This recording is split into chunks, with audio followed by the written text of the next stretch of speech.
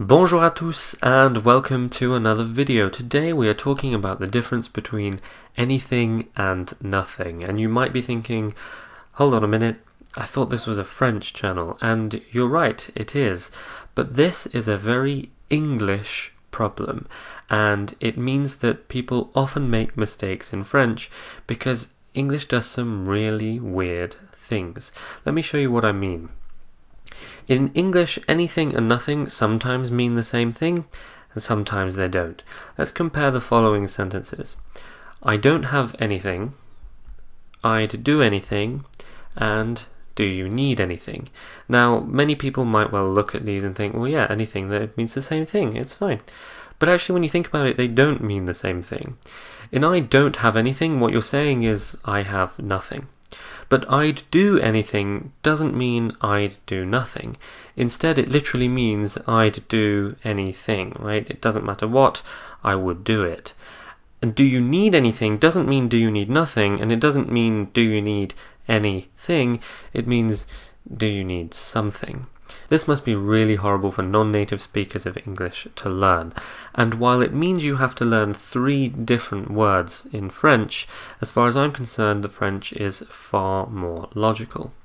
For example, when anything means nothing, in French you use rien, which of course is the literal translation of the word nothing. So for example, he doesn't want anything, or of course he wants nothing, would be il ne veut rien. And you didn't do anything, or you did nothing, would be tu n'as rien fait. Having said that, when anything means something, you use quelque chose, which again is the literal translation of something. So, do you need anything, or do you need something, is est-ce que tu as besoin de quelque chose? And do we have anything, or do we have something, is est-ce qu'on a quelque chose. And finally, when anything means literally anything, we say n'importe quoi, which literally means not important what. So you see why this is the word that we use in this case. So I'd do anything, which is literally I'd do anything, is je ferai n'importe quoi. And you can do anything, or literally you can do anything, is tu peux faire n'importe quoi. So in each of these cases, you do have to think carefully about what the meaning of the word anything is, but hopefully the meaning is clear enough and you can make the right substitutions to figure out which word to use in French. So let's do a quick recap. When anything means nothing, use rien. When anything means something, use quelque chose. And when anything means anything, use n'importe quoi. With that in mind, let's do some sentences. What would you say for he doesn't like anything?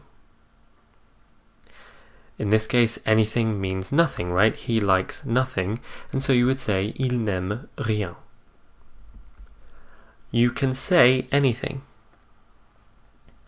So this time we don't mean you can say nothing, instead we mean you can say anything. It doesn't matter what you say, you can say it.